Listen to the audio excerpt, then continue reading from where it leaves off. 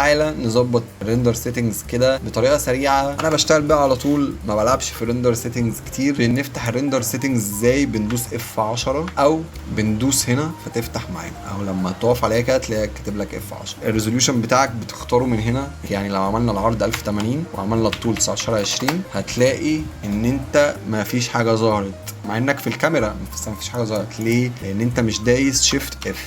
لما بتدوس شيفت اف بيقول لك هو ده الريزوليوشن بتاعك اللي انت شغال بيه. بحس ان بالطول احسن، فممكن نسيبها بالطول، مش محتاج العرض في حاجه. بالعكس السين هنا بالطول احلى. طيب ده بالنسبه للريزوليوشن. هندوس على الفيري، هنختار الايمج سامبلر. انا بخليها باكت، ما بحبهاش بروجريسيف. السب ديفيجن ده بيعمل ايه؟ ده تحليل الصوره بتاعتك من حيث الاضاءه والماتيريال وعلاقتهم ببعض. ازاي؟ يعني انت دلوقتي لو عندك ميتال او ازاز يستحسن ان انت تعلي السب ديفيجن، لان هو بيحلل الضوء اكتر فما بيبقاش فيها نويز كتير.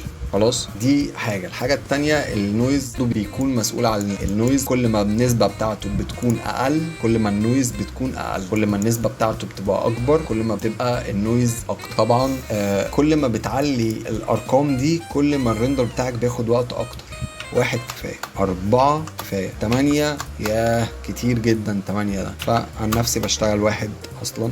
والنويز في الطبيعي بخليه 5. كل حاجه من دول بتغير في الصوره بتاعتك بطريقه معينه. انا اصلا ما جربتهمش كلهم، انا اللي بشتغل بيه رير على طول. بحس ان هو بيزك ما بيغيرش كتير في الصوره بتاعتي. الكالر مابينج بخليه لاينر مالتي بلاي. ونيجي للجي اي. الجي اي اللي هي الجلوبال اليمينيشن. كل ما بتعلي الرقم ده كل ما تحليل الضوء الريندر بيبقى اقوى واحسن. 1000 على فكره كويس، مش قليل خالص. ممكن تخليها 1500 متوسط. عايز حاجه كويسه ممكن تخليها 2000، ممكن تخليها 2500، 3000، 20000.